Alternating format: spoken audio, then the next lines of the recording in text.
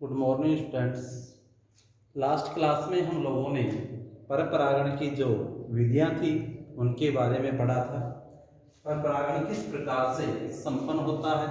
यदि पर परागण की विधियों की हम बात करें तो पर परागण की विधियां जल द्वारा, वायु द्वारा, कीट द्वारा, पक्षी द्वारा और चमगादड़ द्वारा, ये सभी विधियां हम लोगों ने लास्ट क्लास में पढ़ी थी और पर परागण और स्वपरागण की क्रिया पढ़ चुके हैं। अब इसके पश्चात यदि हम लोग देखें तो हमारे पास नेक्स्ट टॉपिक आता है असंगतता या अनिश्चितता।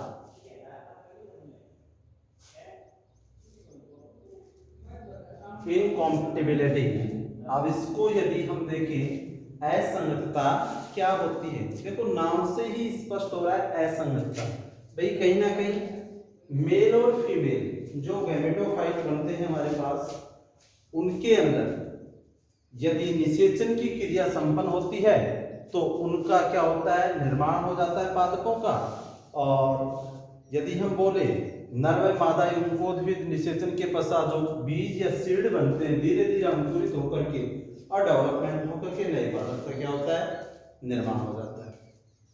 बट असंगतता या अनिश्चितता से तात्पर्य दिया गया है नर व मादा जो हमारे पास युग्मक हैं के मध्य निषेचन में विफलता को असंगतता या अनिश्चितता कहते हैं। यदि हम इसको जनरली देखें, मान लीजिए एक हमारे पास नर युग्मक और एक मादा युग्मक,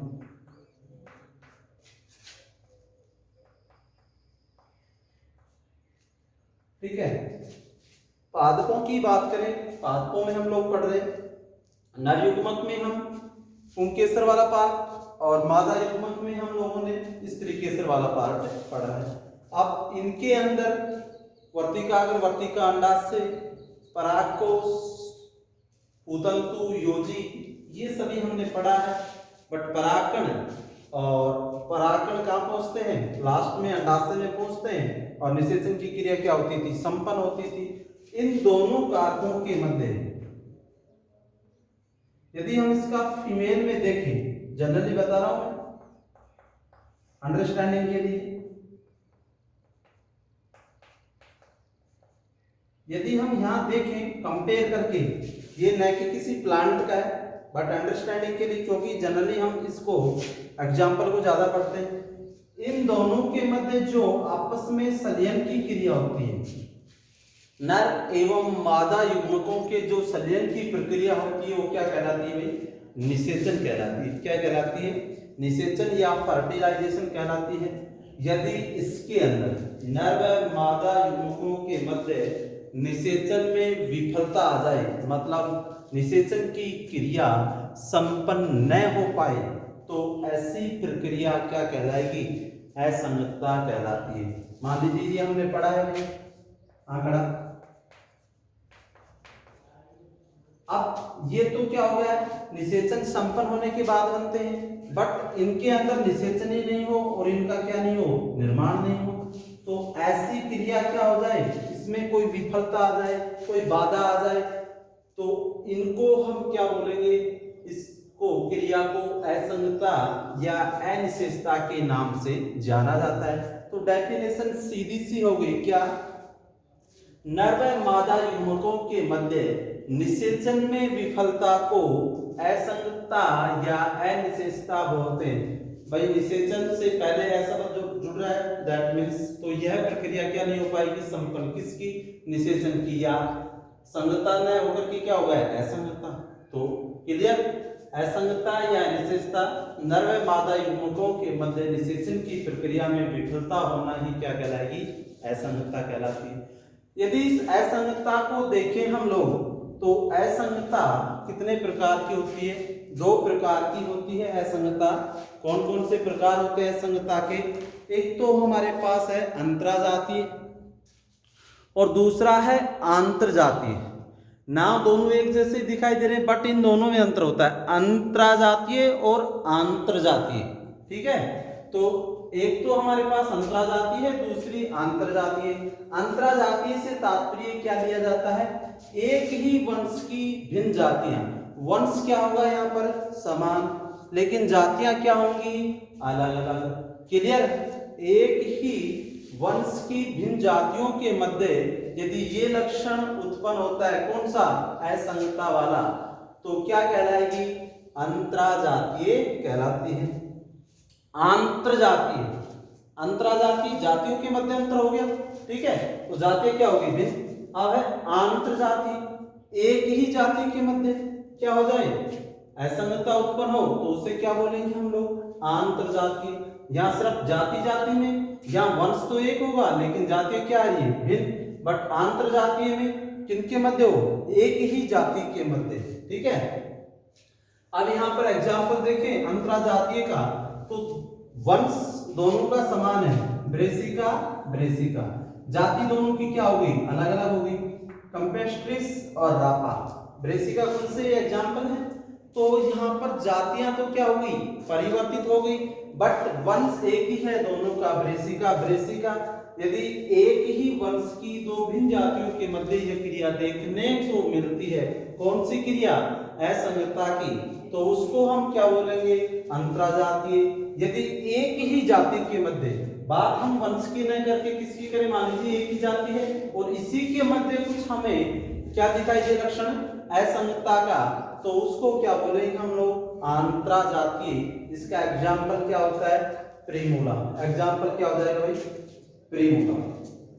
क्लियर हो गया, अंतराजातीय और अंतरजातीय। अब देखो वंश ब्रेसिका ब्रेसिका, जाति कैम्पेस्ट्रिस और रापा, ये वंश क्या होता है जाति क्या होती है ये हम पढ़ चुके हैं, संघ वर्ग गण कुल वंश जाति 11वीं क्लास में हमने स्टडी की थी। बट ज्यादातर जनरली आप चीज याद रखें इसको, अगर भाई किसी भी चीज का वैज्ञानिक नाम लिखते हैं तो उसमें दो शब्द यूज होते हैं, एक तो वंश का और एक जाति का। पहला शब्द हमेशा किसका यूज किया जाता है वंश का, दूसरा शब्द क्या होगा उसकी जाति का। अब इसके नियम थे OICVN या ICZN इनके अनुसार बने हुए हैं, बट हम बात कर रहे हैं यहाँ पर नॉर्मली वंश और जाति। किसी भी जीव का या पादप का वैज्ञानिक नाम शो करने के लिए या वैज्ञानिक नाम वंश व जाति के आधार पर लिखा जाता है। जैसे कि मान लीजिए मनुष्य की यदि हम बात करें तो मनुष्य का वैज्ञानिक नाम क्या होता है, वैज्ञानिक नाम होता है होमो सैपियंस। क्या होता है होमो सैपियंस, मानव का वैज्ञानिक या मनुष्य का वैज्ञानिक नाम है। अब दो शब्द आ गए यहाँ पर, एक तो होमो और दूसरा सैपियंस। क्या हो गए भाई दो शब्द, होमो सैपियंस। क्लियर। अब होमो सैपियंस मानव का क्या है वैज्ञानिक नाम है, दो शब्द है तो दो में क्लियर हो गया।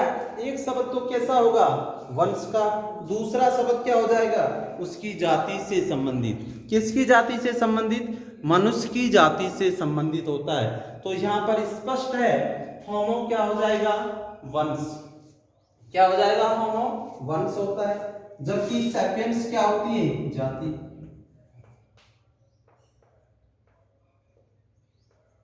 क्लियर।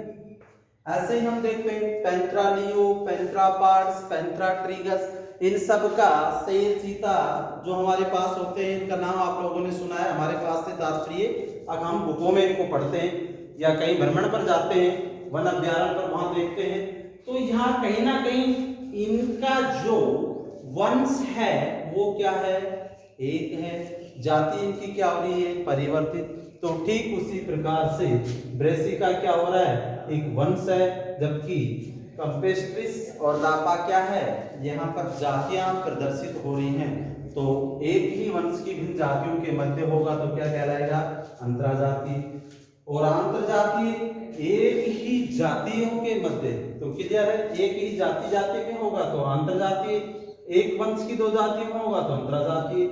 और इसका एग्जाम्पल किसका अंतरजातीय का क्या आ जाएगा प्रीमूला, ये हम लोग पढ़ भी चुके हैं। अब देखें हमारे पास आगे यदि हम इसको देखें नेक्स्ट टॉपिक हमारे पास आता है पराग स्त्री केसर पारस्परिक क्रिया। एक तो पराग और एक स्त्री केसर, पराग दैट मीन्स परागकण से लिया गया है, और स्त्री केसर वाला पार्ट। तो स्पष्ट हो गया भाई, परागकण और जो स्त्री कण है हमारे पास, सॉरी स्त्री केसर, परागकण और स्त्री केसर वाला जो पार्ट है वो आपस में संलयन हो या नजदीक आकर के आपस में क्या हो जाए, अटैच हो, और निषेचन की क्रिया है उसको आगे की ओर अग्रसित करते हो। तो इस प्रकार की क्रिया कौन सी, पराग स्त्री केसर पारस्परिक क्रिया है, आपस में एक दूसरे के नजदीक किस प्रकार से आते हैं। और यदि देखें हम लोग इस क्रिया के अंदर, कौन सी क्रिया में, पराग स्त्री केसर पारस्परिक क्रिया के अंदर आकारिकीय जो कारक होते हैं वो क्या होते हैं, मुख्य या इंपॉर्टेंट माने जाते हैं। शारीरिकी एंड आकारिकी जो शब्द हम पहले से पढ़ते आ रहे, बट यहाँ कुछ आकारिकी कारक होंगे, कुछ बाह्य कारक होंगे जो कि पराग स्त्री केसर पारस्परिक क्रिया को नियंत्रित या बाधित भी करने का कार्य करते हैं। अब पराग स्त्री केसर पारस्परिक क्रिया कितने प्रकार की, फिर से 2 प्रकार की। कौन कौन सी, युग्मकोद्भिद असंगता, और दूसरी कौन सी होती है, बीजाणुद्भिद असंगता। और ये जो नियंत्रित होती है, किसी एक जीन जो होता है उसके विकल्प बहुविकल्पी जीन द्वारा नियंत्रित की जाती है। कौन सी क्रिया, पराग स्त्री केसर, ठीक है। तो युग्मकोद्भिद असंगता, युग्मकोद्भिद असंगता, नर युग्मकोद्भिद हम बोले या युग्मकोद्भिद जो शब्द है उनके मध्य असंगता देखने को मिलती है, तो क्या कहलाएगा, युग्मकोद्भिद असंगता। युग्मकोद्भिद असंगता नर युग्मक के एक विशेष लक्षण या एक जीन प्रारूप हम बोले उसके द्वारा क्या होती है, जैसा युग्मकोद्भिद होगा उसका विशेष जीन प्रारूप द्वारा ये क्या होती है, नियंत्रित होती है।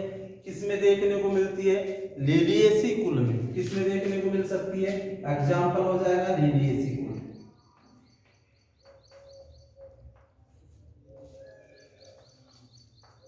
दूसरा हमारे पास होता है बीजाणुद्भिद असंगता।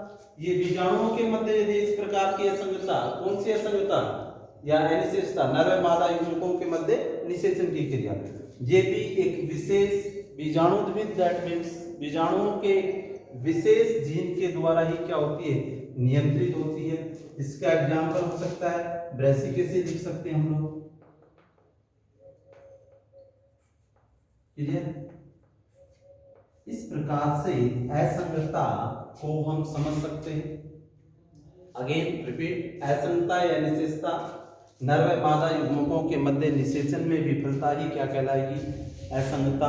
2 प्रकार की होती है, अंतराजातीय और आंतरजातीय। अंतराजातीय में वंश एक ही होगा, जातियां क्या हो जाएंगी, अलग अलग। ब्रेसिका कैम्पेस्ट्रिस और ब्रेसिका रापा, ब्रेसिका दोनों का वंश समान है, कैम्पेस्ट्रिस और रापा दोनों जातियां क्या हैं, अलग अलग। आंतरजातीय एक ही जाति के मध्य, एक ही जाति के मध्य, एग्जाम्पल प्रीमूला। उसके बाद पराग स्त्री केसर पारस्परिक क्रियाएं, कुछ हम बोले पराग और कण और जो वर्तिका आकर वर्तिका और अंडाशय वाला स्त्री केसर वाला पार्ट है आपस में किस प्रकार से पास आते हैं, या इसके अंदर कुछ आकारिकी व भौतिकी या जैविक कारक क्या करते हैं, इस क्रिया को नियंत्रित करने का कार्य करते हैं, या इसमें बाधा भी डाल सकते हैं हम बोले तो इसको।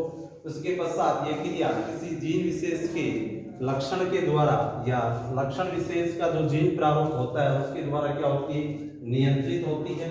फिर से इसको 2 भागों में, युग्मकोद्भिद असंगता, युग्मकों के मध्य यदि असंगता उत्पन्न होती है तो उसको एक युग्मकों के लक्षण विशेष जीन प्रारूप से नियंत्रित किया जाता है। बीजांडों के मध्य होगा तो उसको भी एक विशेष लक्षण प्रारूप के द्वारा बीजाणुद्भिद के नियंत्रित किया जाता है।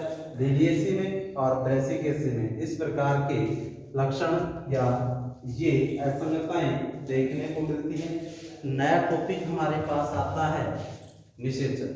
कौन सा आता है, निषेचन।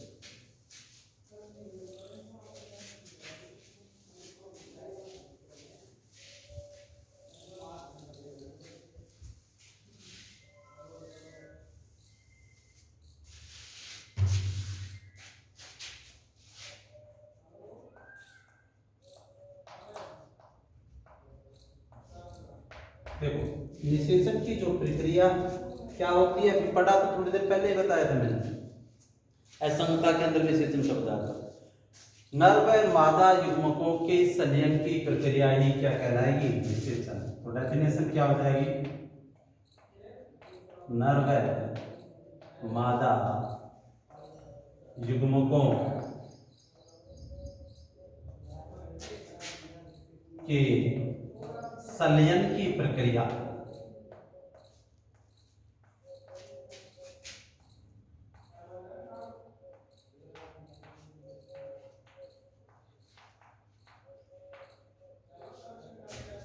निषेचन कहलाती है। क्लियर? क्योंकि पराग इस तरीके से पारस्परिक क्रिया पड़ी थी जिसमें एक नर, या हम बोले पुष्प का नर भाग कौन सा था, पुंग वाला, या मादा भाग कौन सा था, स्त्री केसर वाला। दोनों आप पास पास आएंगे तो उसके पश्चात आपस में किसकी क्रिया होगी, नर मादा युग्मकों के मध्य संलयन की, या नर व मादा युग्मकों के संलयन की प्रक्रिया भी क्या कहलाती है, निषेचन ही कहलाती है। तो निषेचन यदि प्लांट में हम देखें तो 1884 में स्टार्स वर्जन है,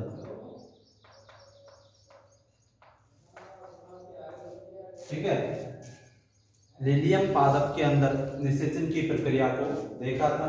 तो निषेचन की जो प्रक्रिया है, नर व मादा युग्मकों के संलयन की प्रक्रिया क्या कहलाती है, निषेचन। अब इसके दौरान यदि हम देखें तो हमारे पास जो पराग नलिका है,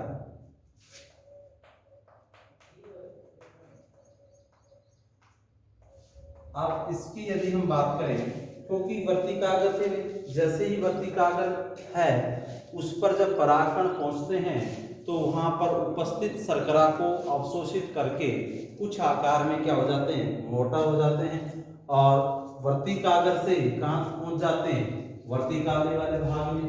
वर्तिका उनको एक निश्चित पथ या वेग प्रदान करने का कार्य करती है। अब ये वर्तिकाग्र एक दिशीय, बहुदिशीय या एक नलिकीय, बहुनलिकीय हो सकती है। केवल एक नलिका उपस्थित होगी तो एक नलिकी, एक से अधिक हो जाएंगी तो बहुनलिकीय होती है। इस प्रकार से ये हमारे पास परागकण वर्तिका द्वारा होते हुए और अंत में कहाँ पहुंच जाते हैं, अंडाशय के अंदर, जो इसमें बीजांड जो होते हैं, निषेचन की क्रिया संपन्न होती है और बीजांड में सीड या बीज बनते हैं और नए पादपों का क्या हो जाता है, निर्माण। अब पराग नलिका वाली मैकेनिज्म हम आगे की क्लास में, नेक्स्ट क्लास में देखेंगे। धन्यवाद।